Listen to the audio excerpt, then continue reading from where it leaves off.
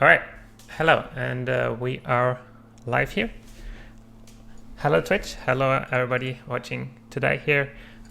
We have two special guests from the GraalVM team today. I'm excited to introduce both Alex Prokopec and Boris Spasiewicz, who have done a lot of work on GraalVM Truffle, multitier, Alex also WebAssembly and other things. And they will today give you a technical deep dive on multi-tier compilation. There is a blog article also posted already yesterday, but now we have the engineers behind the technology here, and they will answer your questions as well on the Twitch chat. I will moderate here, so if you have any questions on Twitch, I will make sure they get then answered from Boris and Alex, and they will do a session and discussion with me of the new multi-tier functionality. All right, cool. Yeah, Alex and Boris. Yeah, maybe you guys just say a few words to yourself first. You have never been here on the Twitch stream, and so people don't know you much. So yeah. Alex, maybe you start. Hi to all of the GraalVM community. It's an honor to be here to talk about this new exciting feature. So I worked for a few years in the GraalVM team at Oracle Labs, and it's a great working environment, I have to say. Things I've been working on, so I worked a lot on the compiler, on some compiler optimizations. As Thomas said, I led this WebAssembly interpreter in GraalVM effort. We worked obviously on multi-tier compilation, and there's a few other projects probably hear about in the future that I've been a part of. And yeah, that's me in a nutshell, I guess. So cool. Yeah, and Boris, what about you? Hi Twitch, first time contributor, I guess, to the streams. I've been in the GraalVM team since 4+ years now. Primarily focused on language agnostic optimizations, basically the Truffle layer and how it talks to the Graal layer, basically making your language's AST interpreter fast. And also some tooling work on the side, but sort of this the stuff that we're talking about today is kind of the core of my focus within the team, that and related things. Cool, yeah. And in your work, right, you get to know a lot of languages. But like, how many languages are executing on top of the Truffle framework nowadays? It's like I think it's an ever-growing list. We have actually in the repo sort of we're trying to compile a list of all the languages that we at least can keep track of, and there's PRs coming in all around. So it's hard to keep track of than documentation. Yes. Every once in a while, something new pops up. So I'd rather not venture a number. I might be very wrong. Well, so. And we have a supported number is something like 8 languages, right? Or something like that in that range. The ones that are supported by us, right? Can you say languages like once we get to Espresso and WASM and LLVM as a supported thing? The languages just exponentially grow, multiply, right? So yeah. Exactly. Right. Yeah. That's what I'm saying. Like, just saying how many languages can actually run on GraalVM and on Truffle is a dangerous question to answer at any point in time. So many more than I have fingers. Okay. So all right. All right. Cool. Yes. So maybe we start. Yes. Maybe let's start. Let me just here. Now go to the setup with your screen share, and you have it live now. Okay. So then I guess everybody can see on the left side, like there's this web browser open, and here on the right side I have a terminal. So I'll be running some examples, and then we'll go through them, we'll comment them, try to explain basically what we want to show. So I guess everybody can see that. All right. So if not, then just shout. Okay, so the topic of today's stream will be multi-tier compilation in GraalVM. So what is that? So first of all, GraalVM is a virtual machine. That means it's unique as opposed compared to other virtual machines in the sense, as we said, that you can run multiple languages.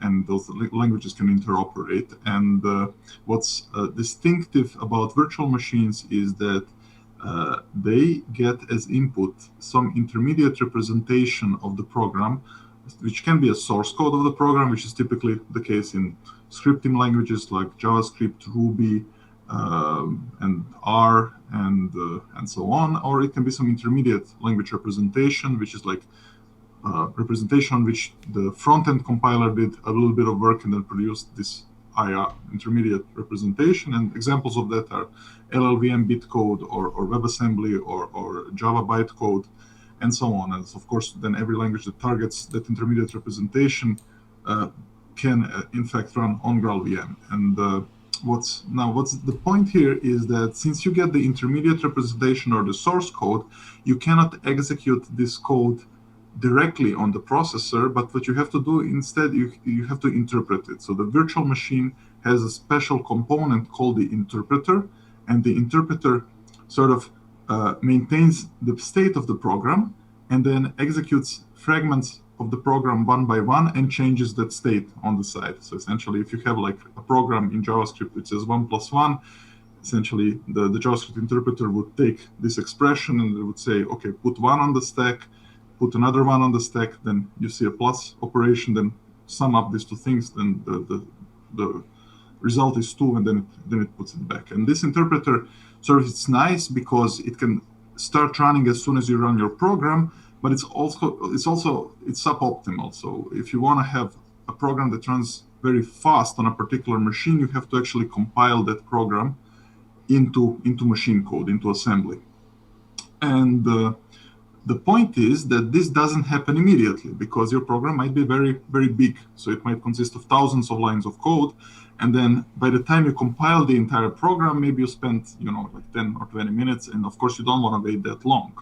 And so what virtual machines do is that they kind of identify within your program what are the most important parts, what are the most important functions that you're executing, and then compile them first. And then, after a while, they compile those less important ones and so on and so forth.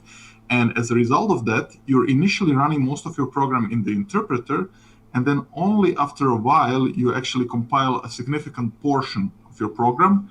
And when that happens, your performance goes up because the compiled code that is compiled to machine code, is actually faster than the code that runs on the interpreter. And now one of the features that some VMs have, including, for example, the JVM, which runs primarily only Java, is that they do multi-tier compilation. And this is a feature that we added into GraalVM for all this now, into GraalVM 21.1, for all the languages that run on top of GraalVM, right? So we have a unique multi-tier compilation infrastructure for all the languages now. What does that mean? Well, this means that initially when the program starts, you're spending a lot of time in the interpreter, and you want to get out, you want to exit this interpreter mode as soon as possible. And for that reason, you don't want to spend too much time in the compiler, because if you spend a lot of time in the compiler, then you sort of delay the point until which your program gets fast. So you want to, at the beginning, sort of spend the least amount of time in the compiler as possible, which means you don't do a lot of optimizations. So you try to compile as much code as possible. It doesn't have to be the best possible quality, but once you compile it, you get sort of some nice speed at the beginning, and then later maybe you optimize other parts of the code which are really important for performance, and then you invest a lot more optimizations and compilation time that you normally would. Right, because the interpreter is typically, I think, about 20x lower than the compiled code, right? And the difference between a kind of a quickly compiled code and a very sophisticated compiled code is more like maybe 30%, right? Right, exactly. So there's a smaller difference, and that's why I think you want to try to get away from the interpreter as fast as possible, so you get this order of magnitude speed up from the compilation, right? Exactly. Yeah, exactly. And I think it's important at this point to point out the exact difference between what we used to do in earlier versions of GraalVM and what's new with this one. Mm-hmm. So the pre-multi-tier version of GraalVM, or sort of the single-tier thing, would just interpret your code, decide what's hot, and then compile that hot code as best as it can. With maximum optimizations, right? Exactly, as best as it can. All the optimizations, do everything, and immediately get that piece of code as good as it gets. But the downside of that is that usually takes a bit more time to do all of these optimizations. And while this thing is compiling, because JIT basically compiles in the background, your interpreter is still interpreting things rather slowly while you're compiling these things. You're still spending time in the interpreter.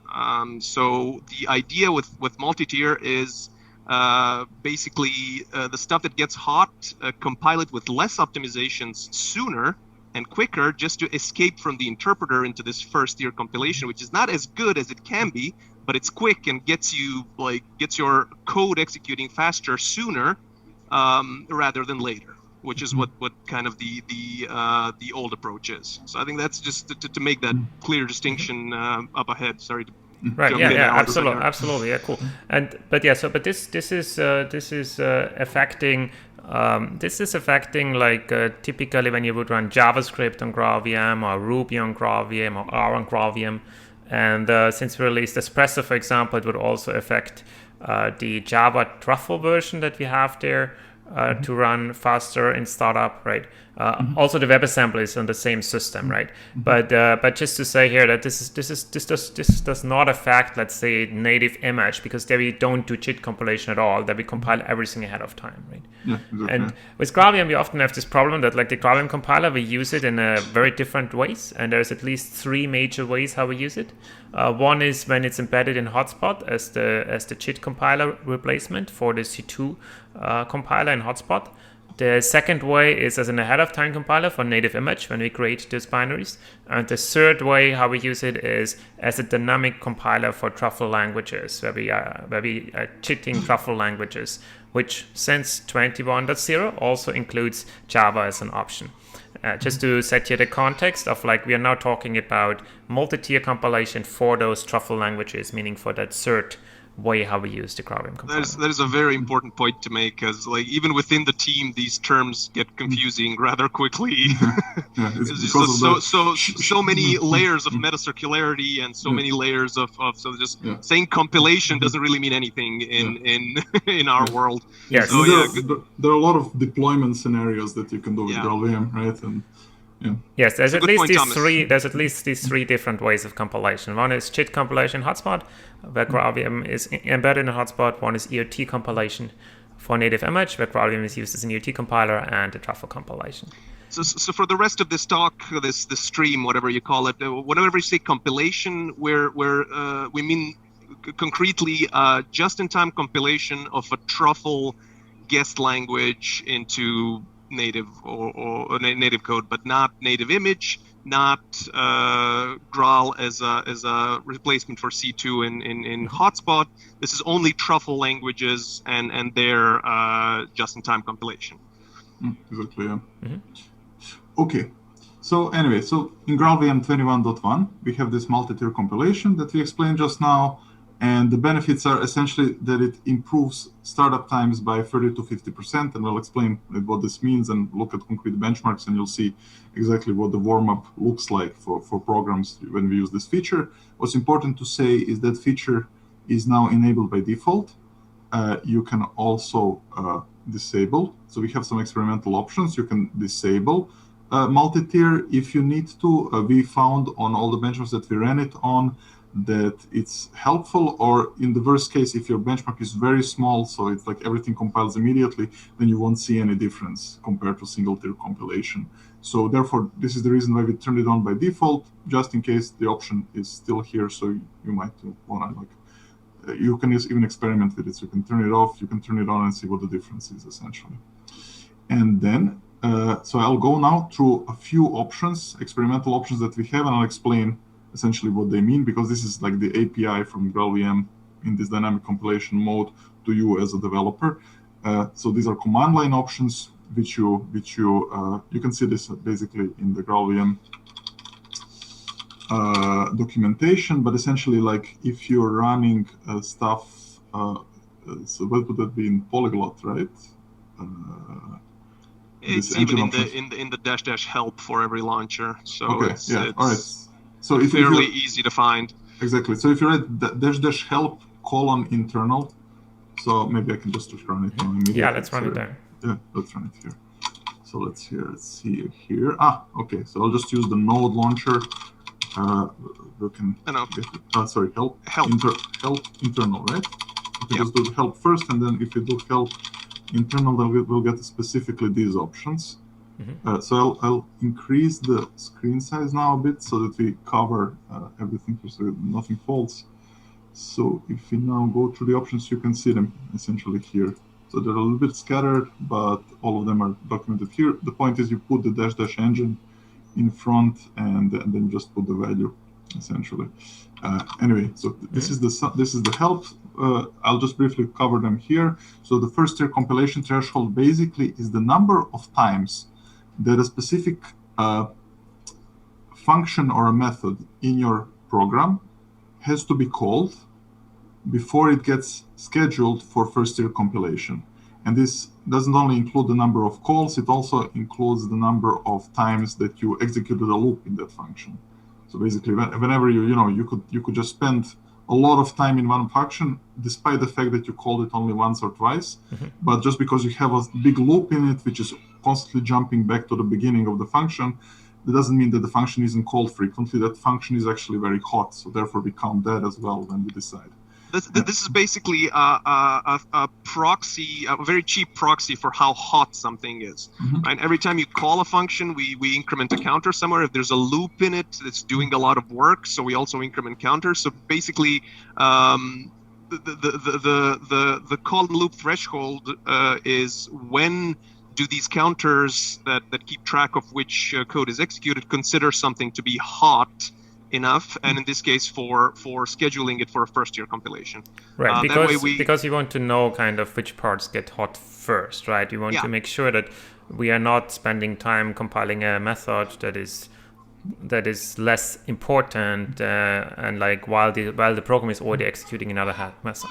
Exactly. We want to focus the compilation effort on the code that's actually being run, and not something that was executed only once as an initialization or something. It's already gone. We don't care. So we focus on things that are actively, hot. Consuming interpreter. Consuming resources. Yeah, exactly. And just to give you a concrete number, so after experimentation, we decided to set this value by default to 400. Of course, you can change it here and then experiment. Maybe you get a better warm-up with something else for your particular program.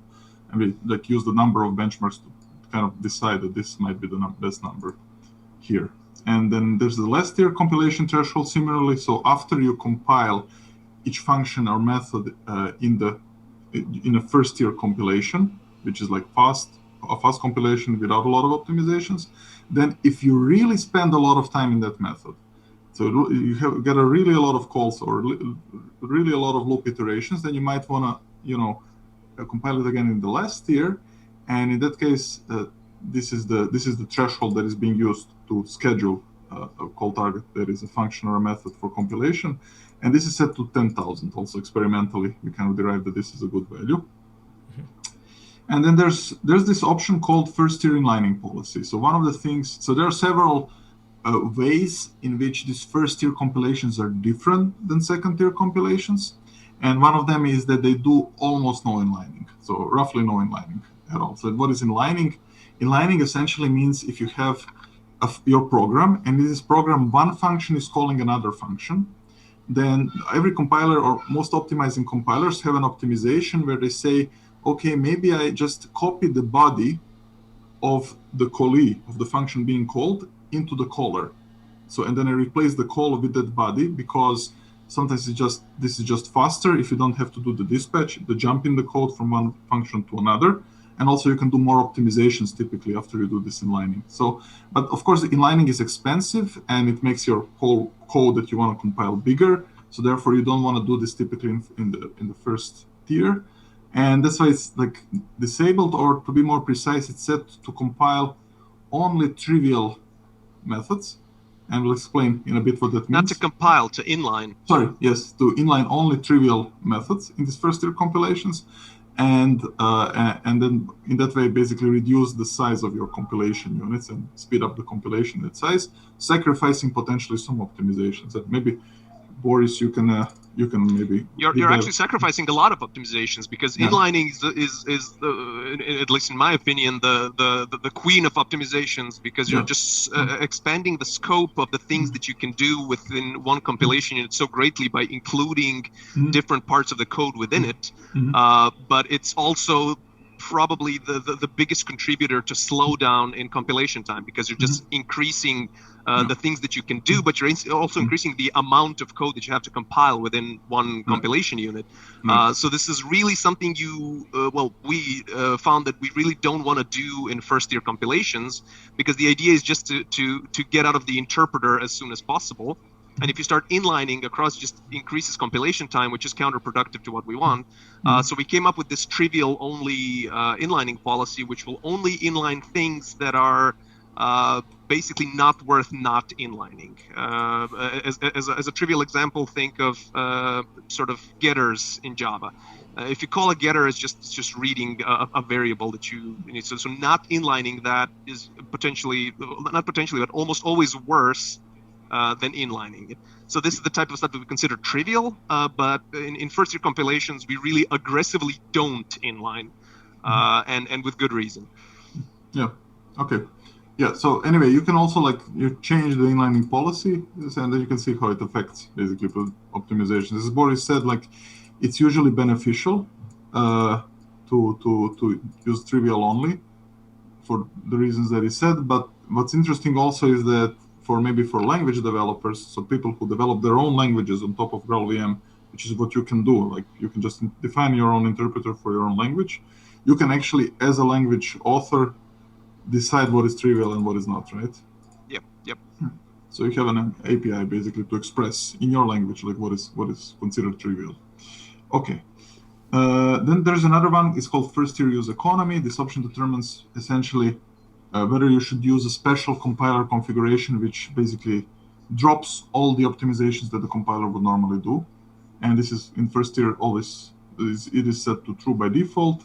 Then we have this first tier package counts. If for some reason you don't want to count these loop iterations towards the threshold when deciding what to compile, you can actually set this to false. It's true by default. And then there's a new option. It's called single tier compilation threshold. And this option is only active when you disable multi-tier. And some of you may know that previously we had a single tier. Therefore, we had only an option called compilation threshold, which is now deprecated. And it got replaced with this single tier compilation threshold to basically eliminate confusion and ambiguity. So that's it. That's essentially what you as a developer care about when using this feature. And so through the rest of this stream, we'll kind of go through different examples of the different GraalVM languages, and we'll run concrete benchmarks from different benchmark suites, and we'll try to evaluate what are the benefits of multi-tier compilation. So we said that it's important for a dynamically compiled program to get warmed up as soon as possible. That means to start running fast as soon as possible. And one way to sort of characterize this warm-up is to draw something called a warm-up curve. So I'll show you an example of the warm-up curve here from the blog post. And essentially, the warm-up curve is something which over time or over some amount of work that was completed in the program, which shows on the x-axis, shows some performance metric on the y-axis. So in this warm-up curve, we're sort of saying how much time did pass since the start of the VM up until you finish the nth repetition of the workload. So we have some workload. Workload in this case will be a benchmark from a known benchmark suite. And then we'll repeat the benchmark many times. So like in this case, 9 times on this warm-up curves. And then after each repetition, we'll look, okay, how much time elapsed since the VM was started? And of course, you would want this time to be the smallest as possible because you want to finish those 9 iterations as soon as possible. And then if you connect those dots, you basically get a curve, and this is called a warm-up curve. There are many different kinds of warm-up curves. This is just one possible way to draw a warm-up curve. Okay. So a real-world scenario where you might see something like this is, say you have a web server that's just serving requests, right?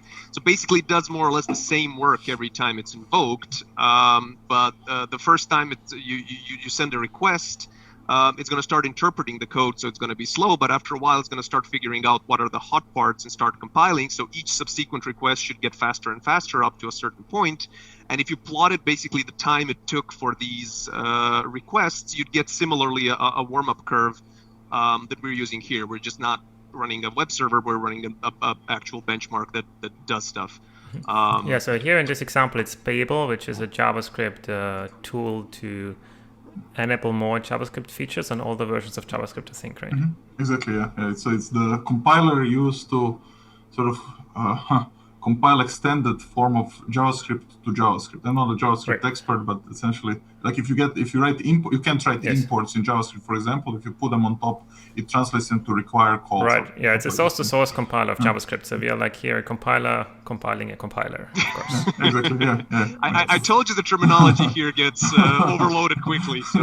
Yes. But for the sake of discussion, it is a substantial piece of JavaScript code. And we see there on the warm-up curve, right? We see that like before multi-tier, single-tier, right? We took for the first iteration 25 seconds, and with the multi-tier suddenly it drops to 16 seconds.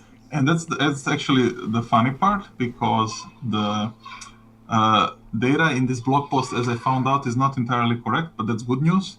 So it's actually the actual results are better than what I reported in this blog post. And I realized that because I was using a slightly older version of GraalVM than the one that we used in the release. And I won't get into technical details why.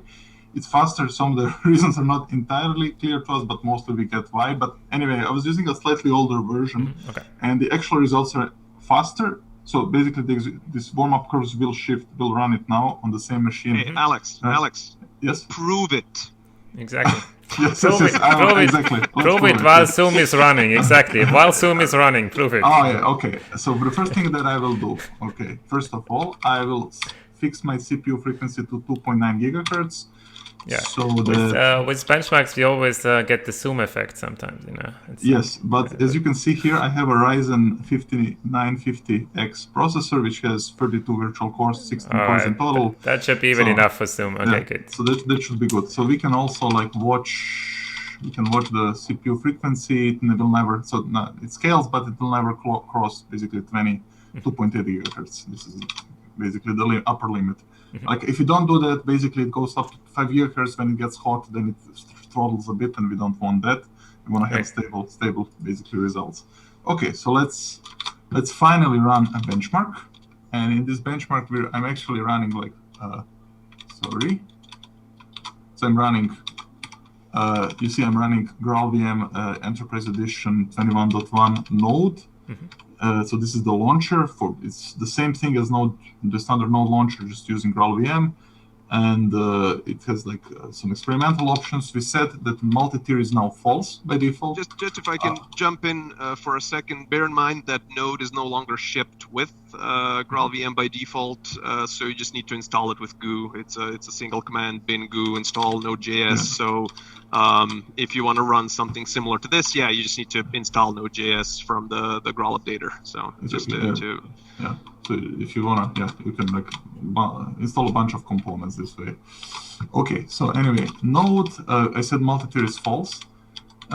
Should we show the interpreter? No, do the compilation false. Okay, let's do just to illustrate the difference between the interpreter and the compiled, because the reason why we do JIT compilation at all. If we run this using just the interpreter, so compilation equals false, we'll tell the engine to not compile it. Just run interpreted fully. Yeah, so in this case, multi-tier doesn't matter what I put here because nothing is getting compiled. So let's just run the interpreter. Let's see what happens. Right? And okay, so we now started. Basically, it took 3.5 seconds just to get into the harness. So this is the web tooling benchmark. We have it. Basically, this benchmark suite is on GitHub, so you can easily find it if you Google for it. There's a bunch of typical JavaScript tools, basically factored into benchmarks, and essentially, this is taking a while. Yeah. So in the meantime, I'll set this watch. I'm just saying here, the frequency goes up and down a bit because it's sort of the workload is being rescheduled between CPUs, but you see that it's always 2799, so it never actually exceeds this 2.8 gigahertz. So we have an upper limit. So we don't have dynamic scaling of this frequency. And okay, so there we go. So there you go. So one iteration of the benchmark done in 51 seconds. Right, so that's pretty slow, right? You don't want to compile something for 51 seconds. And so now let's try it again, and this time let's use actual compilation, but let's in the multitier we'll say false. So this basically corresponds to what GraalVM was before the 21.1 where multitier exists. Okay, so I'll run this, and I'll say that we're running this time 10 iterations, so that it corresponds to this warm-up curve. We ran just one iteration for the interpreter because there's no compilation. It's not going to get any faster. Yeah, the interpreter is fast as it is mostly, so it just one iteration of 51 seconds was painful enough to wait for.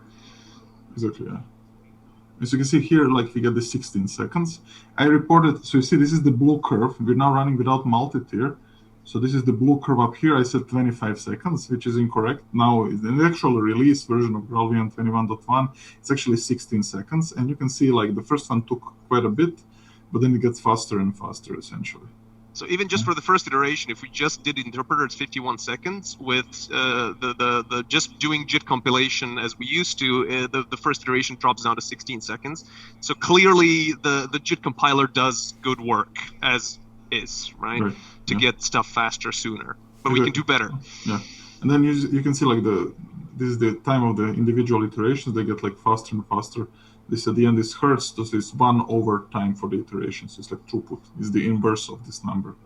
Okay, so now let's run it with multitier. So I'll set multitier to true, and I'll see the difference. So you see when you enter the harness already, we're at 1.6 seconds instead of 2.3. That's already a win. And here we got like we finished the first iteration instead of 16 seconds. It's 8.9 in this case. Right? So you got it's a significant boost. It's actually almost a 2x boost, which is more than what we reported here. Yes, it's 2x faster, and only by just choosing different way of JIT compilation policy. Yeah, exactly. Yeah, exactly. And it makes it sound so simple. Yes. Yes. We just chose some different things. Yes. But I'm saying like no different optimizations. It's just that we compile faster. We get to the good machine code faster. Exactly. Yeah. And what's important to say is that we actually reached the same peak. Maybe I can just scroll. So okay. I mean, we should run more iterations. Actually, this benchmark is such that the hertz, I think, becomes somewhere around 10 here, but basically both versions reach this 10. That's the idea. And both multitier and non-multitier. And so I'll show a few other benchmarks from this benchmark suite. One of them is called Esprit. So I'm running without. So I'm running the blue curve sort of now. So I'm running without multitier compilations. You can see like here it's 5.5 for the first iteration, 5.5 seconds, and if it's true, it should be 2.7 if I'm not mistaken. Yep, 2.9. Okay, maybe the zoom is slightly faster than when I ran it before.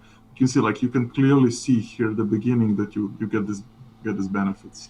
So the reason we're focusing at the end of the first iteration during this sort of demonstration stuff is like if you want to get maximum throughput, for example, in the example I mentioned before with the web server, like as long as it eventually gets super fast, you can be happy, right? Because you're serving as many requests as possible.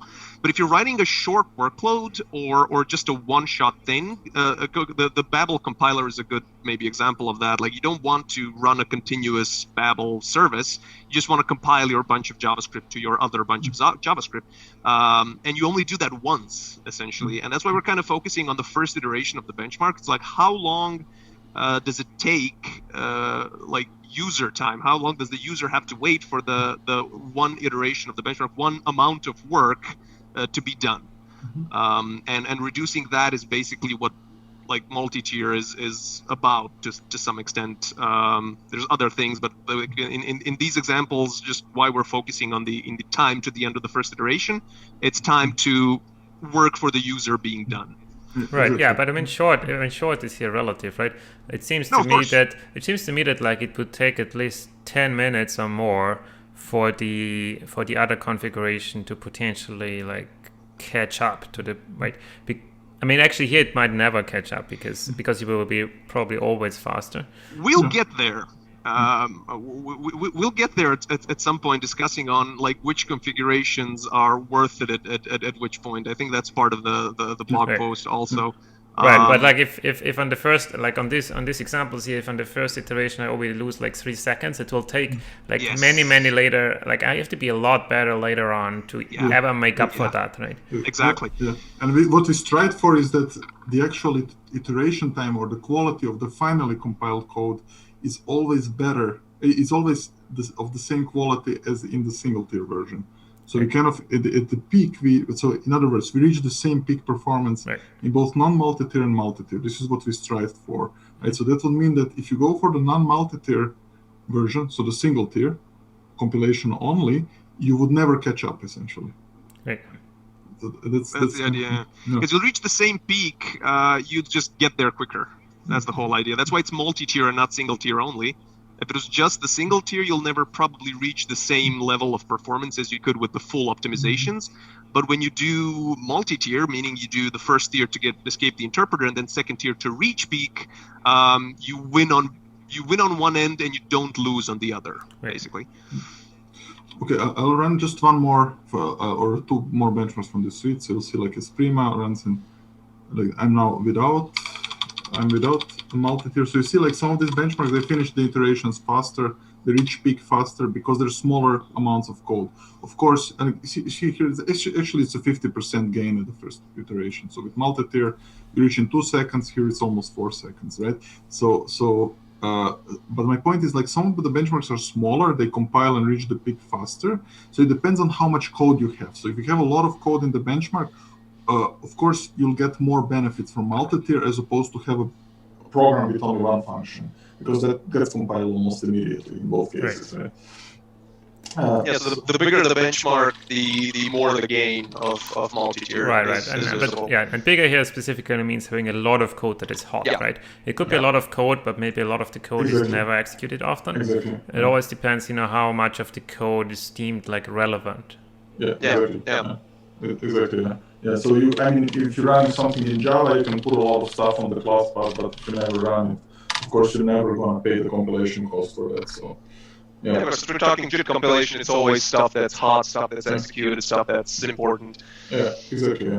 Yeah. So anyway, and related to what Boris said, that this first iteration is very important. As you can see this on the Acon benchmark, also more than 2x basically here.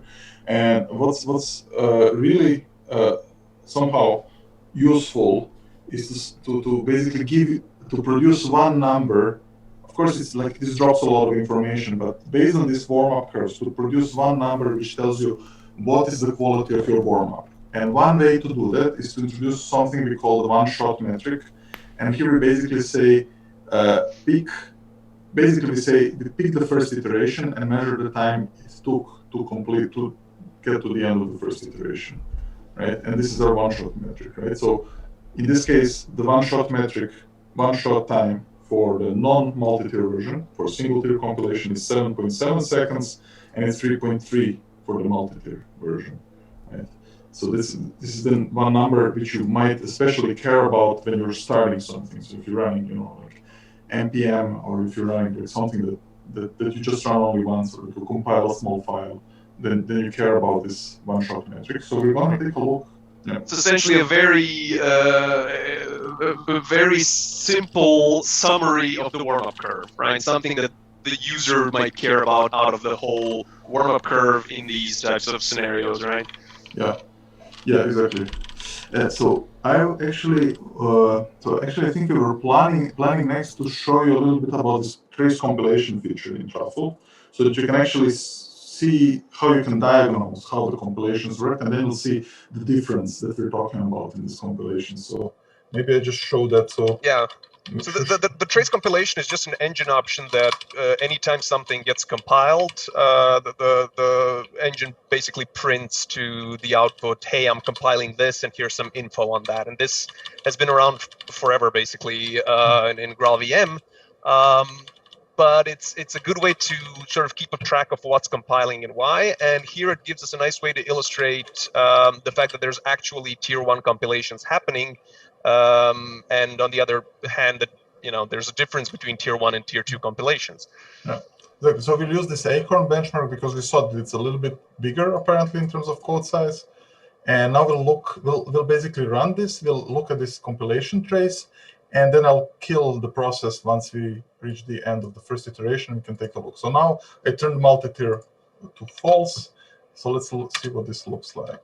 Sorry, I'll run it again. I'll just slightly now decrease this so that everything fits on the screen, hopefully. Or is it? Or maybe a little bit more. Okay, so let me run it again. Yeah, that's unreadable. That's unreadable? Okay, so let me just increase it again. Okay, let's try to read it like this. So then when we reach the end, let me try to catch the end of the first iteration. I'll just run it for one iteration and pipe it to vi dash. That was a good idea. Yeah, okay, anyway, I'll do it next time. Yeah. So here you see like it's 7.9 seconds, and now we can see everything that happened above this line is essentially compilations that took place during the first iteration of the benchmark. So you can see there are a lot of call targets here, a lot of JavaScript functions that basically got compiled. You see some of them, interestingly, got compiled before we actually started running the harness.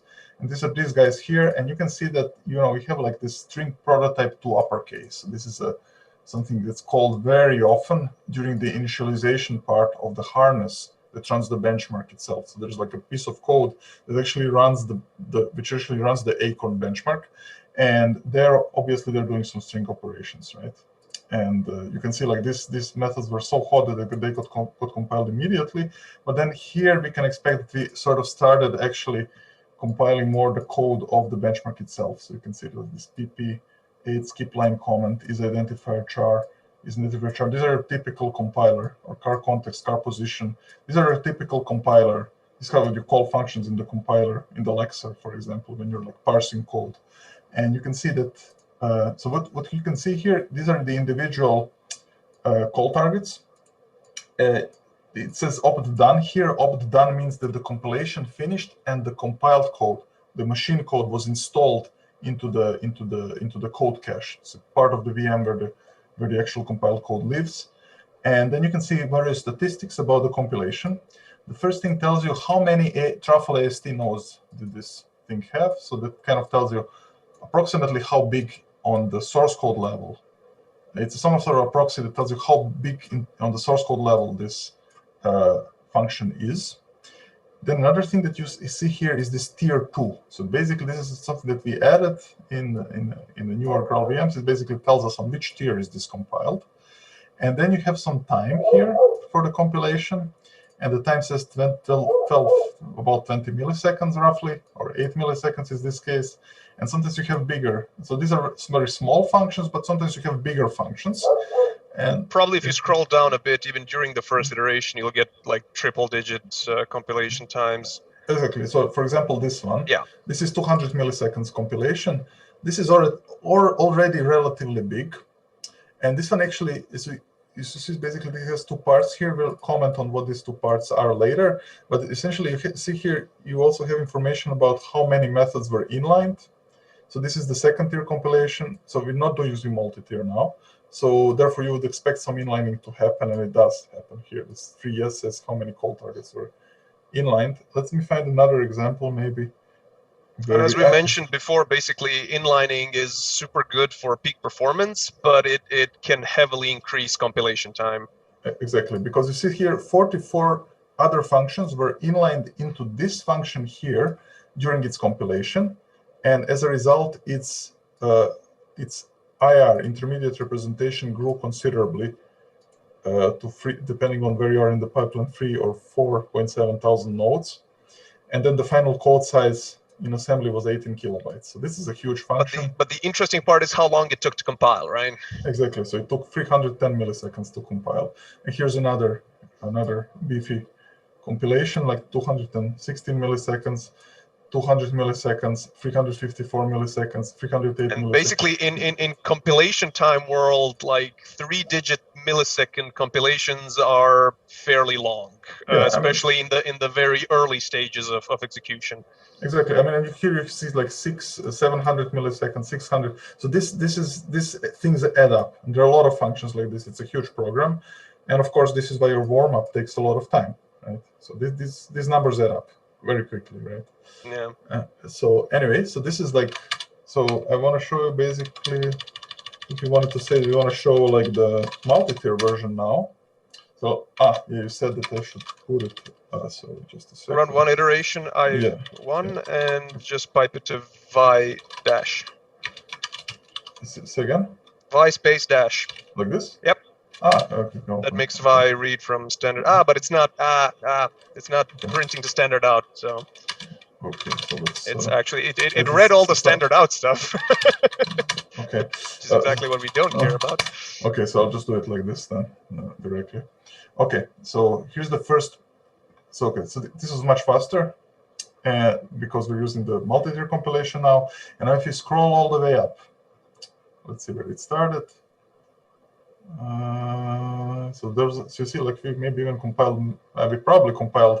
There's still a lot of compilations. I'd expect there to be more because you'd be challenged here to find a triple-digit time for these compilations. Like I would be surprised if there's ever anything that took over 100 milliseconds to compile. Yeah. So because we don't have such long compilation times like we had before of 300 milliseconds, let's say, we can compile several different things within that same time frame. Probably less good because we don't do inlining and many other optimizations, but we're compiling more different things and quicker. I mean, you could see it because it scrolled up for 2 days now. Yeah, basically, I was really scrolling for a long time. But you see, like if you see like the individual times of compilations, like 2 milliseconds, 10 milliseconds. Okay, here's a few which are in the 100 millisecond range, but most of them are even 1 digit, like really small, right? And you can see here that most of them are tier 1 compilations. And this basically means no inlining. So you see, it says that like I inline 0 targets and I had 5 left when I was done compiling. So this function calls 5 more targets at the end. IR size is much smaller, and hence like the compilation time is much smaller overall.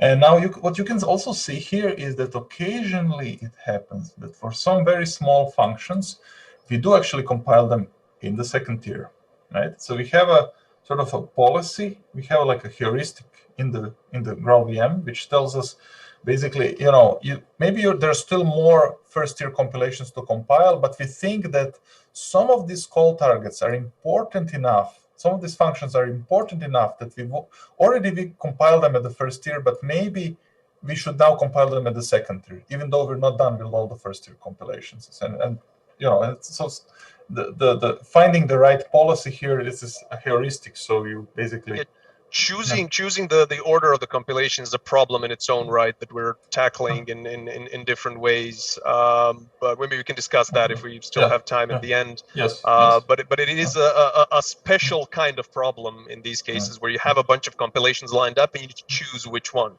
Exactly. And it's a trade-off. Kind of your goal is to escape the interpreter as soon as possible, but maybe your goal sometimes is to escape first-tier code like as soon as possible, because that one could be much faster, right? So it's kind of it's a heuristic that you have to just tune very carefully. And but as you can see, like most of the compilations here are really first tier, right? And they're very short. And as a result, there are a lot more of them, and it means that a lot of more code gets compiled and you exit the interpreter sooner. Okay, so I think that's everything we wanted to say in the trace compilation part, right? And actually, this is actually one part of the blog post also. I'll just jump ahead a little bit. So, I mean, this is another way, by the way, to draw a warm-up curve. I said there's not a single way to draw a warm-up curve. There are multiple, and it depends like what you put on the axis, right? In this case, we didn't put the total elapsed time on the axis in this warm-up curve here, but we put the time that it took to complete each repetition. So for the first repetition, it took this much, and for the second one, this much, for the third one, and so on. And for the 77th or 81st repetition, it took this much time. And this is also a warm-up curve, but is the time warm-up curve, and you would expect that the time of the repetition drops, right? So this is basically, again, the server serving requests example, right? Each subsequent request will be slightly faster than the last one. So you see this curve sort of falling down until at one point, everything that's worth compiling and optimizing has been compiled and optimized, and you reach a steady state of performance where basically that's as good as the runtime can get it. Right. Yeah. So you would expect, like, there's many ways to define this peak point or steady performance. It's like something that people, like, have arguments about. But one way to define it is to say, if any subsequent compilation will not improve program performance or not improve this time. So you can say this is a peak point, for example. And then the question is, how long does it take you to reach this peak point? Well, so you have to think then what are the contributing factors. Obviously, you want this time to be as small as possible, so you want to move this peak point to the left. And one of the things contributing essentially to reaching the peak point further is the interpreter, as I said and we spoke about in the beginning and a few times during the stream. So why is that? Why is the interpreter important? Well, you see, like, early on, at the very beginning here, like completely at point 0, no code was compiled at this point. Like, the VM just started and nothing was compiled. Therefore, the total amount of time spent in compiled code is 0. And means everything that you run here is running the interpreter. And now, as you progress and you run your program and progress through the compilations, then some of the functions get compiled, and the time spent in the compiled code gets slightly larger. So you can imagine that there's a second curve down here, which grows steadily until it reaches the peak point. And at this point, you're spending all of your time, or like almost all of your time, in compiled code. And of course, this other portion, this other component, the time spent in interpreted code, gets smaller and smaller. And of course, you would want to reduce this time as soon as possible. Right? So one of the contributing factors to warm up is therefore the interpreter speed, because the slower your interpreter, the higher this point will be, right? And that means that your peak point will be further to the right, right? So if you push the interpreter time down, so if you optimize your interpreter the way you wrote it and the way you implemented it, of course, this peak point, you will spend less time at the beginning in the interpreted code, and this peak point will move to the left, right? And we actually, in the past several months, various language teams in GraalVM have focused on optimizing the interpreters. And here we extracted a few benchmarks where you can see, like, what the interpreter speed was. So this basically this is the delta blow benchmark in this case, which is used in many languages. So we kind of re-implemented the exact same benchmark across multiple GraalVM languages. I think we have it in almost all of them right now. And the point is that we're measuring how long it take to complete this benchmark. And then every time somebody makes a change to our code base, we measure this again and we plot these times and we remember them. So this is literally the time that the first thing we showed with the node example with compilation faults. Exactly. This is like literally time spent in the interpreter, and like optimizing that, as Alex said, also like heavily benefits Warmup because the interpreter is faster, so you get the work done faster. So yeah, think of that example, and this is basically that over time for this particular benchmark.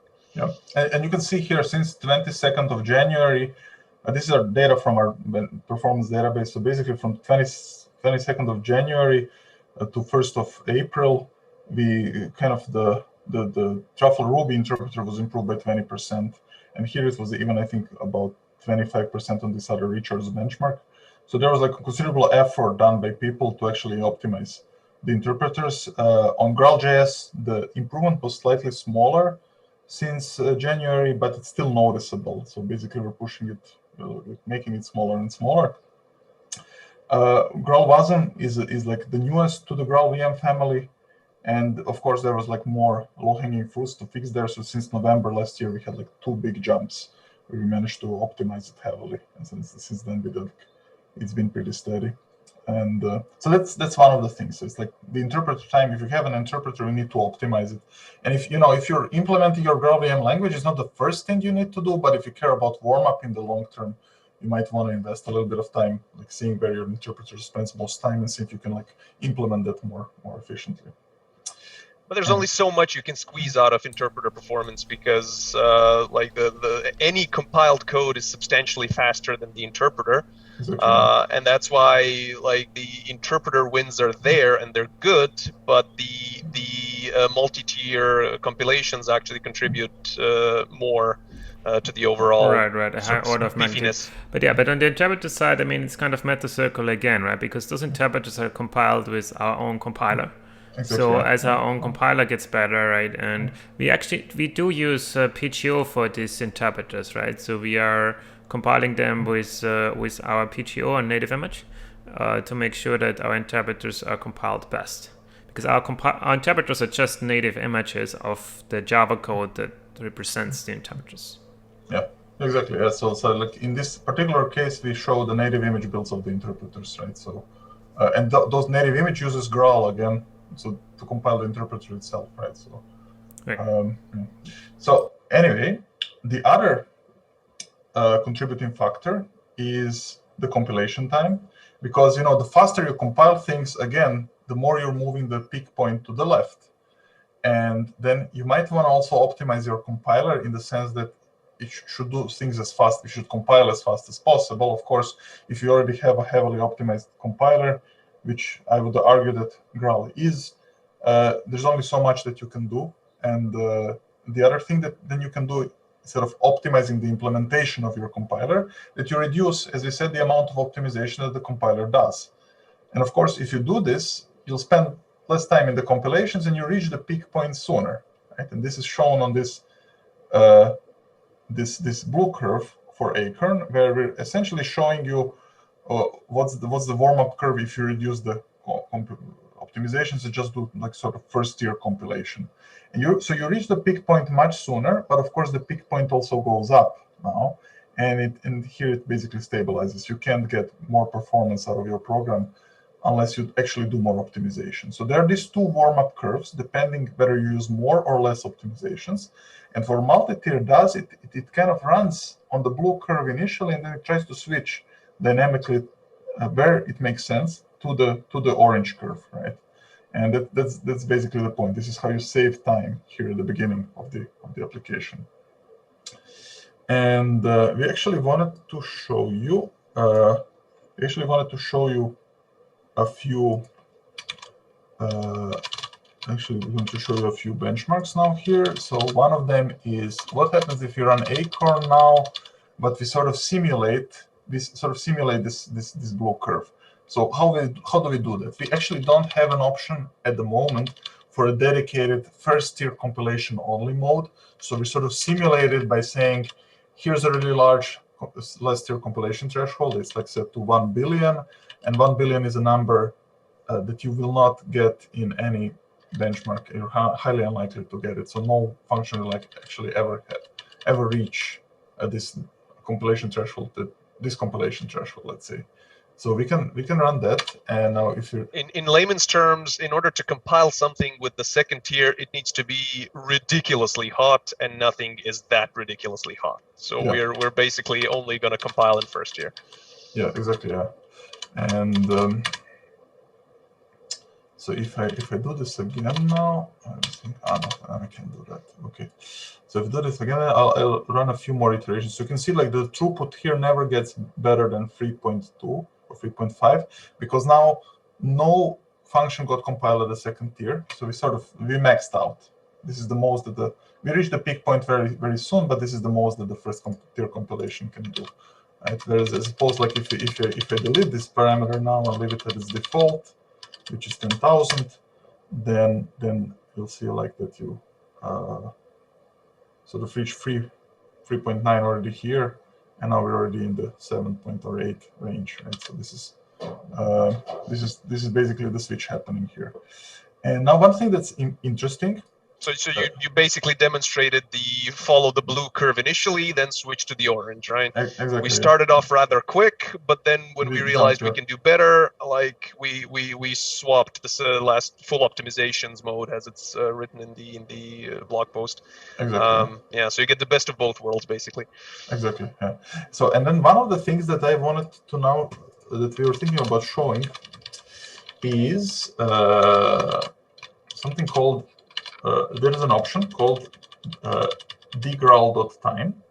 So this is a counter that Graal has, which you can access and use, which tells you how much time you spent in compilations. And for this option, I will actually use a different build of the VM because reasons. Because I basically had to I would have to rebuild basically the release version to get the option to show me the data in a form that I would want to. Let's say so. Yeah, running on the released version will get you the same data, only spaced out across different things. And here with the custom build, we can actually summarize it into one overarching truth, the ground truth. Exactly. I mean, the point is like the release version has a GraalVM concept called isolates. So isolates are essentially, so you can, compile one native image, but have multiple heaps, which are separate from each other. And this feature is essentially used by the compiler threads in GraalVM, so that every compiler thread has sort of its own heap, so that if you're compiling something and a garbage collector runs on one heap of one compiler thread, it doesn't have to slow down or stop the execution of another thread, right? So they interact much less. And one of the features of the isolates is that they're recycled aggressively. So if you're not compiling anything, you're essentially killing the isolate. If you kill the isolate, one of the things that it does, if it's a compiler thread, then it dumps its own aggregated metrics. And if they're separated through multiple isolates and they're being dumped as soon as the isolate dies, then you can't really compare compilation time that easily, right? And what I would actually want to see here is I want to run like Acorn for, let's say, 200 iterations. I want to run it now in the multi-tier mode, but I'll basically disable effectively second-tier compilations with this high less-tier compilation threshold. And I included this option, dgraal time. So you can access these options. These are VM options in GraalVM. You can access it with --VM, and then you write .dgraal.time in this case. And what it will do at the end, it will output a bunch of different metrics which tell you exactly how much time you spent in the different parts of the compiler. Like how much time did you spend in the front end? How much time did you spend in different optimizations and across all the Truffle compilations that happened. Across all the Truffle compilations that happens, it's gonna take. So in running the single tier version now, this will last like slightly longer. But like in general, like if you want to have this, it should be done like soon now. So, but in general, if you want to see what other VM options exist, and these options they control the way that the Graal compiler works, you can write --help :VM, and I think that will output all of them. So you can see more about what you can do and what they mean. And yeah. Okay. But while this is working, can you tell us why we're running this? So what are we hoping to see? Exactly. So here's what I want to see. So I'm expecting that the amount of time spent in compilation when I'm using this single tier compilation only is smaller compared to the amount of time spent in compilation when I'm using this second curve, right? And so this is because with the blue curve we only compile things once in the low optimization mode. But if we do the multi-tier thing, we first compile it in the low optimization mode, then we compile it again once it's even more hot in the peak performance, the high optimization mode. Exactly. So basically, the danger is that since you're doing twice the work, you might spend twice the time compiling and waste resources. Right. So in total, I will compare 3 versions now. I will already run. So the one that I ran now is the one where you only do first-tier compiles. Okay. So I will now run a second one, in which I do only second-tier compiles. So I turn multi-tier off. So this is exactly what GraalVM used to be before, multi-tier, right? So I'm running this, and while I'm running this, I'll just comment on how do we know where the compilation time is spent. So you can see a lot of counters here, and they mean things, right? So you have to go into internals of GraalVM to figure out what each of them means. The two that are important for us are, one of them is partial evaluation time accumulated. It's this counter over here. And you see this one is 88 seconds. Okay, so 88,000 milliseconds, 88 seconds. And just in case people don't know, partial evaluation is the magic that transforms Truffle ASTs automatically into compilable things, right? So if you write your language interpreter on top of Truffle, you just write an AST interpreter, and then partial evaluation is the magic that transforms that into something that Graal knows how to compile and make fast. Yeah, exactly. It's a custom pre-step in the Graal compilation, which allows you to have dynamic compilation. And we call that partial evaluation. And you spend some time during compilations in this kind of part of the pipeline. In this case, it's 88 milliseconds when we use 88 seconds. 88 seconds, yeah, sorry. Would be nice if it was 88 milliseconds. Would be nice if it was 88 milliseconds, yeah. Yes.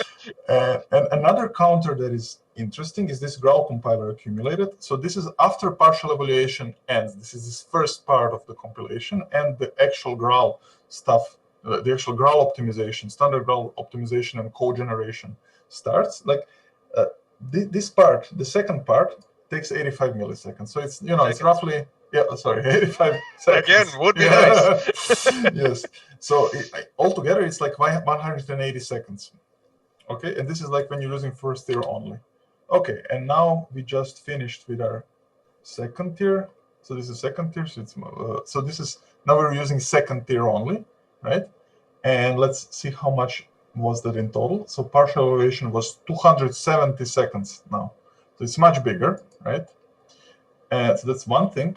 And this is mainly because of inlining.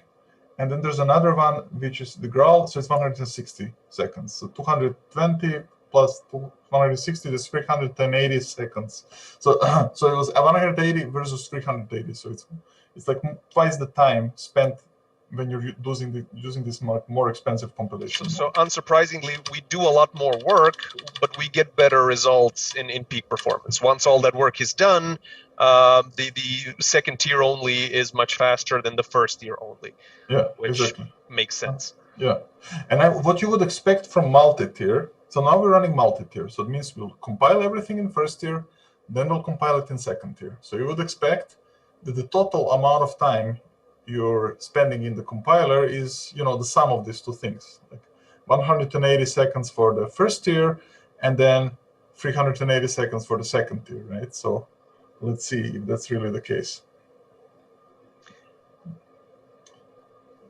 This is basically because, we're doing the work twice, compiling everything in first tier to escape from the interpreter, to get the better warm-up, and then compiling everything in second tier to get the peak performance as good as we can.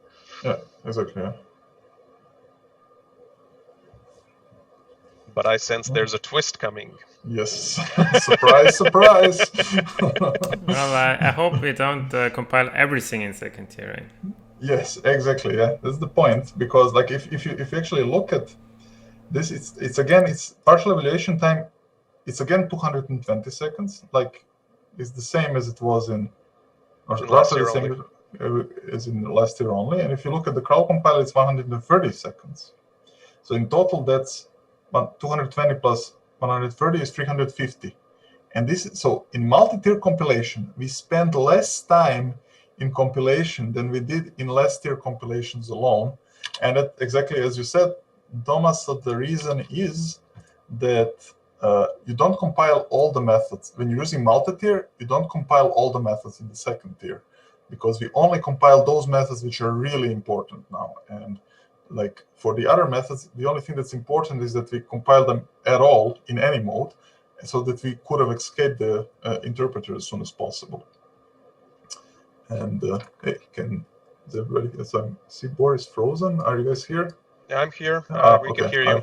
Okay. I don't know why I'm frozen or whether I'm frozen. I guess I was expecting like a audience A reaction. grandiose, yay! Yes. I got left hanging. But anyway, so this is shown in this graph here. So you can see like actually like, and at least on this benchmark in particular, we didn't try the other ones, but I would expect that you might get similar results. We actually spent, almost paradoxically, you spend less time in multi-tier despite, compiling in 2 tiers. So that's because you're not compiling everything in the 2nd tier anymore, right? And this is quite nice. There were a few other things. We were talking about Node.js all the time. We actually wanted to show you a bit of the other, bit of the benchmarks on other languages as well. Is the Ruby, okay. So let's see. So here we have a Ruby benchmark. There is a, okay, let's take this one. So this is a Ruby benchmark on a library called ASCII Doctor, which essentially takes a markdown document, a large markdown document, and converts it into I think in this case PDF. I don't remember what exactly was put. But in general, it does some text wrangling and yeah, manipulation of. Exactly, and we can now like, oops, okay, so let's do like this. Let's go to Ruby. Okay, so this should work. Okay. All right, so we're running this convert benchmark, and we're now running without multi-tier. So you see it's like 1.5, 1.9, 2.3, 2.9. So it sort of reaches peak in the 14th, let's say, iteration. It gets to 8 in the 8th iteration. It means throughput, right? That's a good point. Yeah. So in other words, it means how many times can you do the workload per second. I think that's per fixed amount of time. The time is irrelevant. It's basically just how many times you can fit the execution of the thing within one time frame. Yeah, exactly. So it's like the bigger, the better. So you're faster if you get bigger. And here you're doing like, so you see here we get to 8 only already in the 5th iteration when we turn on multi-tier. Before it was in the 8th, and of course you reach the peak sooner, right? And we can also like there's another one. Like these benchmarks are actually smaller than what we had in JavaScript. But you can tell by the way like how quickly they run when you had to wait for a while on the node benchmarks, just because they're that much bigger. Yeah, exactly. So and here, for example, we can try multi-tier true also. Like you can see, like you can get faster much sooner. Like you're already like at 5 at 6, and here at 5 at 7, let's say. Yeah. Anyway, so there was another benchmark actually here that was interesting, and we actually mentioned it in the blog post because there was another blog post some time ago for this benchmark, which is on GitHub. It's called Rubicon. It's an implementation of your Go engine in Ruby, and there was a blog post which actually said compared a lot of different Ruby engines like CRuby, JRuby, and TruffleRuby, and so on, and different versions of them. And that was actually comparing them for peak performance, and TruffleRuby was in terms of these iterations per minute at the top in terms of peak performance. But of course, you have to get to the peak performance. And one of the criticisms was Warmup for TruffleRuby, because you can see this TruffleRuby's warmup curve is yellow. You can see like it actually had a particularly bad warmup at the beginning, right? And we actually were we're actually using this benchmark, and actually after some extensive optimizations in Ruby, this warmup actually got much better. I don't have JRuby now to compare. Actually did compare that for the blog post, and we compared on this one-shot first iteration MRI JRuby, TruffleRuby, and TruffleRuby with multi-tier compilation, and the execution time of the first iteration was actually much better on both TruffleRuby and multi-tier. And here you can see the ratios. And here I ran just now without multi-tier, and here I run with multi-tier, and you can actually see that very early on already the throughput is much higher when you run with multi-tier. So you can see like this. Right, and here, first iteration here means here we do this one in 5 seconds, 6 seconds or something, right? Yeah. And the first iteration MRI takes away to 16 seconds. So even in the 6-second range, we are beating here MRI, which is interpreter, C interpreter only, right? Yeah, exactly. Yeah. Yeah, it's pretty impressive. Yeah. And yeah, so that was basically the Ruby benchmarks that we had. You want to show some espresso ones, Thomas? Yes, let's do espresso. Okay. Let's finish it off with espresso. Yeah. With a bang. Okay, so here's one of them. This is basically so. By the way, if you want to install Espresso, you download GraalVM and you want to install Espresso. You of course, when you download GraalVM, you can run Java, right? So you can write Java something. You have this Java command for GraalVM, but that will run like normal Graal on hotspot essentially. What you actually want to do if you want to run Espresso, you first have to install this component called Espresso. So gu install Espresso. And then after that, you use the normal Java command. You just have to add the special option, which is available after you install that component, -truffle. And if you write this -truffle, then you're running on Espresso. Essentially, at this point, these experimental options become available, like all the stuff that you normally have in GraalVM, like multitier, in this case being false. So in terms of benchmark size and the code size, this benchmark here is the largest by far. This is the Scala C benchmark and the Scala C compiler, because it's a huge code base. It has like Yet another compiler. Yes, yet another compiler. Yes, so it's like there seems to be a pattern here of people who implement compilers using compilers to benchmark compilers. I don't know if that's that's the only code I ever saw, right? Yeah, but anyway, it's like this is really a big benchmark. Like this Da Capo Scala. It's actually from the Scala benchmark suite. So I'll run this. And to give you some numbers, like I think at the time when this jar was built, which was 2013 or something, like I think that the Scala C compiler alone had like 100,000 lines of code or something like this. Plus, there's a standard library of Scala that it uses. So it's like this is really a huge benchmark, right? And again, this is just running one iteration to sort of simulate an actual project being compiled in some setup. Right. Yeah. So it's a little bit actually longer. I mean, Espresso is one of our younger languages, so we have to still optimize the interpreter in various places. But I mean, like one of the reasons why this is taking much longer is that just because this benchmark is much larger. Right. Yeah, it's a lot of code involved there. Yeah, exactly. Makes sense. Which was super convenient for actually doing the work that we did on multitier to have these really bigger benchmarks, because they are actually more representative of what's going on out there. So having these good benchmarks was a big help to figuring out how to sort of achieve all the multi-tier happiness that we have here.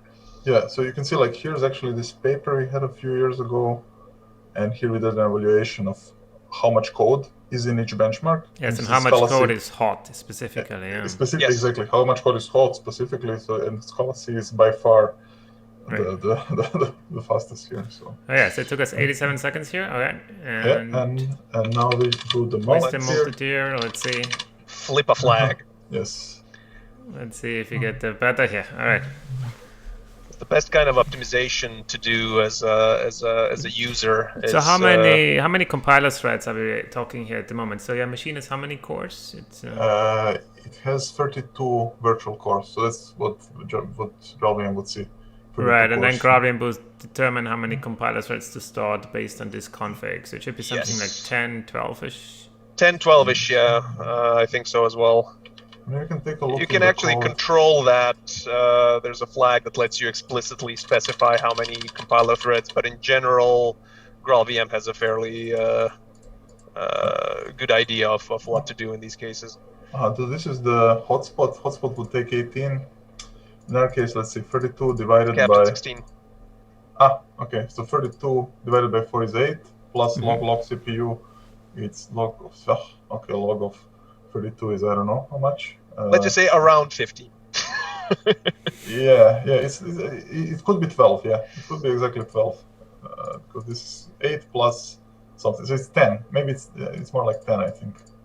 But in general, you really don't need to worry about this as a GraalVM user, because like based on the hardware that you're running, GraalVM chooses an appropriate number of threads.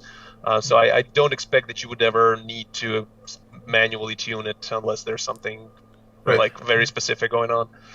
Yeah. Cool. Okay, so now we're down to 58 seconds, so that's about a 30%, 35%. Yeah, exactly. I think it calculated 41% was on this run, but anyway. Yes, yeah, makes sense. And another thing, like, what impacts is, of course, how do you pick your targets when you compile, and I mean, in which order do you actually compile them? These are these queuing policies, which is like, I think that you can really like, optimize. So I mentioned this a while before, that like choosing which things get compiled in which order is a problem in its own right, and we're currently experimenting heavily with different things on how to do this, and Alex is going to run something we call traversing compilation queue, which tries to take a lot more information about the actual tasks being compiled, and whenever choosing which target to compile, it actually looks at the entire queue and tries to be a bit smarter about it. So this is still an experimental thing. It's turned off by default, but it just sort of gives a hint into the direction we're going to further improve on the whole warm-up and multi-tier experience for the GraalVM users. Yeah, no, cool. And yeah, I mean, this just shows, we are actually doing a lot of work in the JIT compilation space. Like GraalVM often is like, oh yeah, GraalVM is, this ahead of time compilation, guys. Like, I don't know.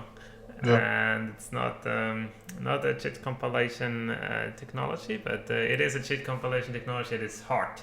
We just happen to have also an ahead of time compile mode. Yeah, exactly. So.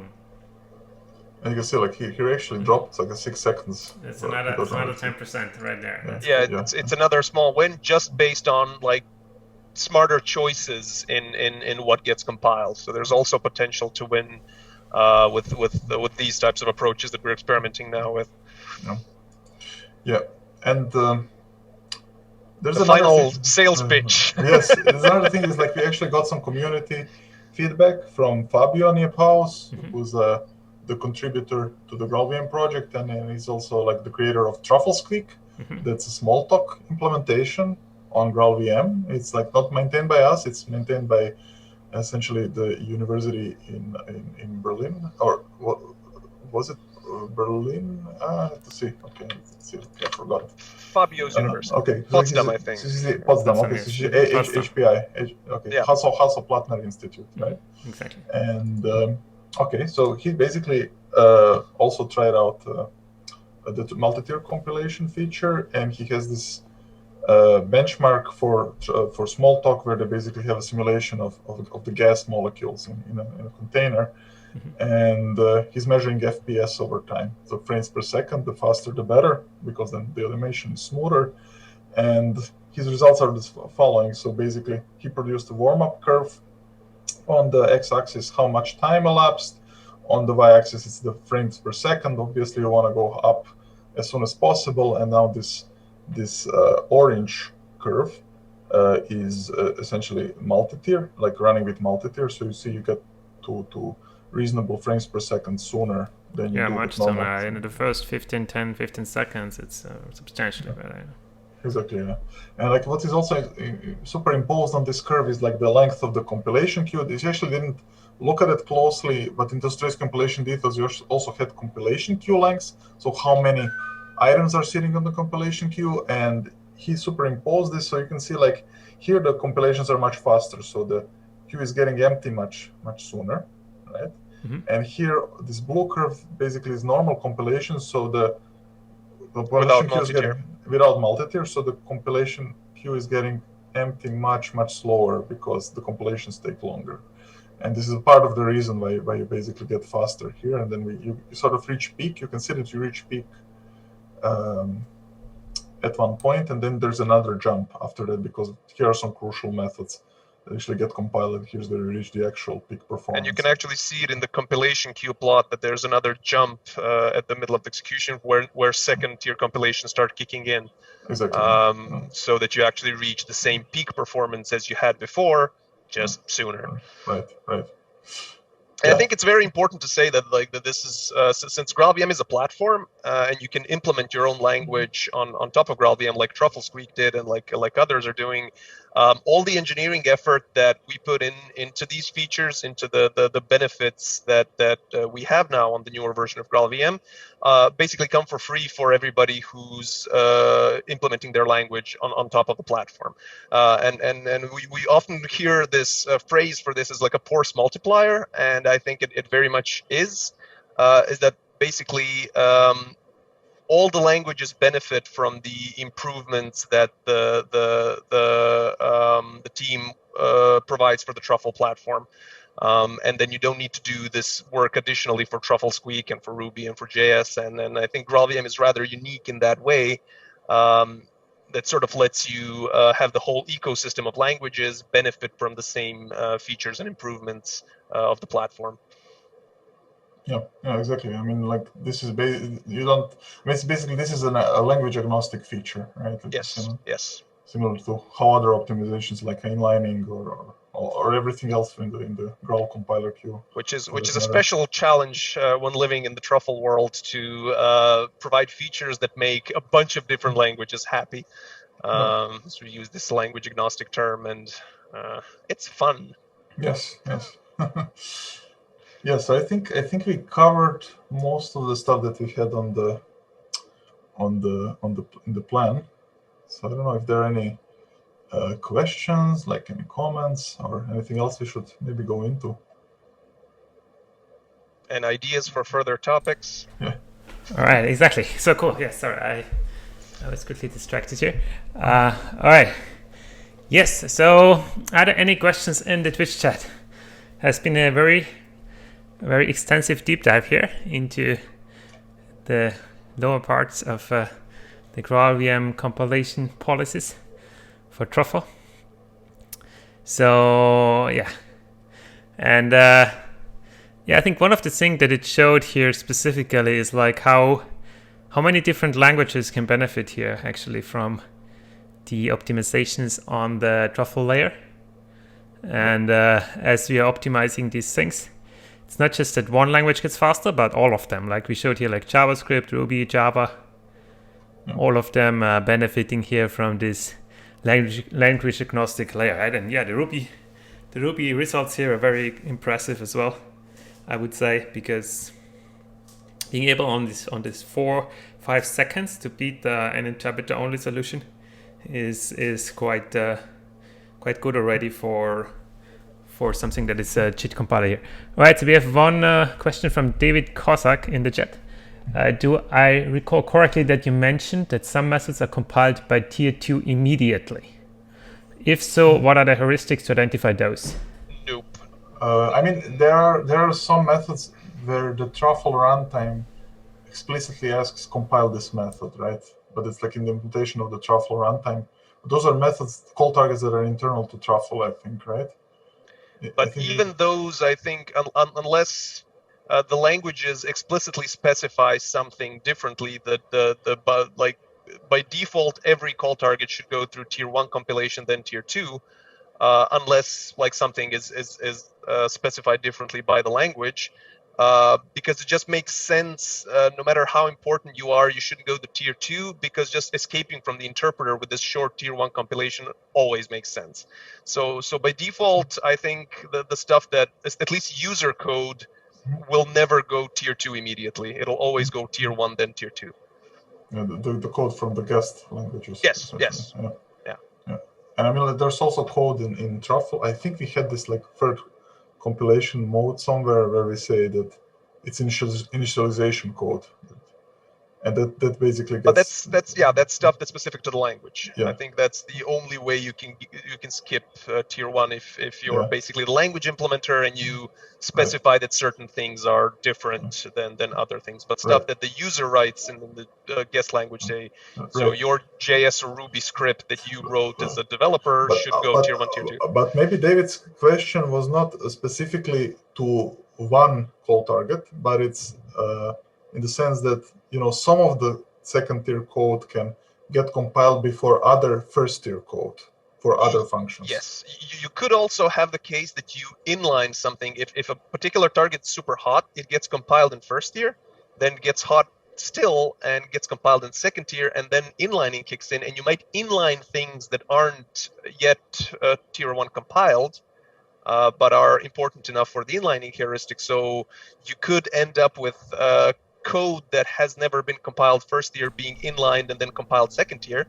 But then still the original compilation route that we're compiling has gone through first tier, second tier. Right.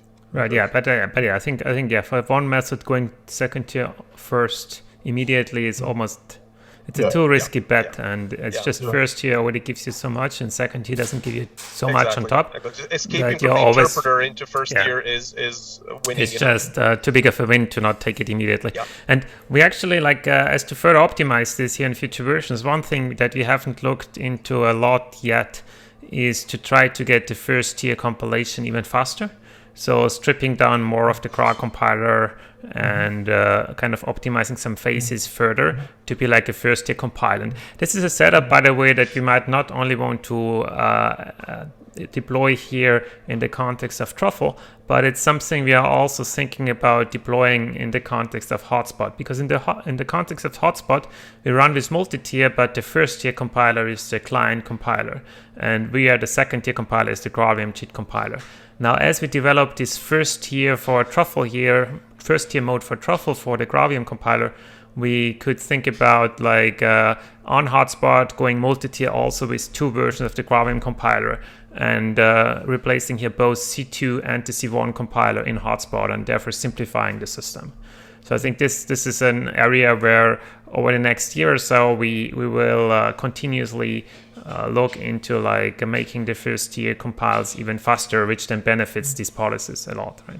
Yeah, exactly. Yeah. So we still plan to do a bunch of things. Like one of them is, as you say, optimizing these first tier compilations, and we can do stuff here both on the partial evaluation part of the pipeline and on the compiler itself part of the pipeline. So if you look at this curve here, there's opportunities to reduce this red part here, or to reduce the red part further and to reduce the blue part, the partial evaluation part. Yes. The blue part's going to be the fun one. Yes. Right. You have some ideas what to do there. Yeah. Because partial evaluation is great for the thing that it's used, but it's not a thing that's easily optimized to happen faster. So that's going to take some fun, challenging changes to make that happen. Right, cool. Yeah, but very good. Yeah, I think multi-tier here for us is a major step that is getting better in Warmup for Truffle languages, because Warmup has been really a weak point of the system so far for Truffle languages. And I'm excited that we can make some bigger steps to fixing that weak point and getting to the point where also for Ruby specifically we want to be certainly not worse than Warmup for these things, if possible even better in Warmup on this RubyCon, and at the same time of course crushing it in the peak performance area. So crushing it. Yes, we're gonna crushing it. Are you crushing it yet, Boris? Are you crushing it? All right, cool, excellent. Then thanks, Alex. Thanks, Boris, for being on the stream here today and giving everybody a very deep insight into the GraalVM multi-tier. It was a very special topic again today, but we like to share those as well, so you get an insight of how also the core inner workings of the GraalVM open source projects are programmed. And it's kind of like a behind the scenes sort of episode here. And Yeah, Okay, so good to know that we're the behind the scenes guys. exactly, that's right, that's right. Yeah, you do a lot of work behind the scenes. That's now like it's not many people realize that. So that's cool. Yeah, as always, give us feedback on Slack or any other medium. You can reach out to us, and we will tomorrow publish this stream schedule for next week, and see you next week again. Probably again 2 streams, one with Oleg and one with me on Thursday. And have a great day and a great week ahead. Yeah, thanks, Thomas. Thanks, everybody. Thanks, guys. Thanks, Thomas. Thank you. Have fun. Bye. See you.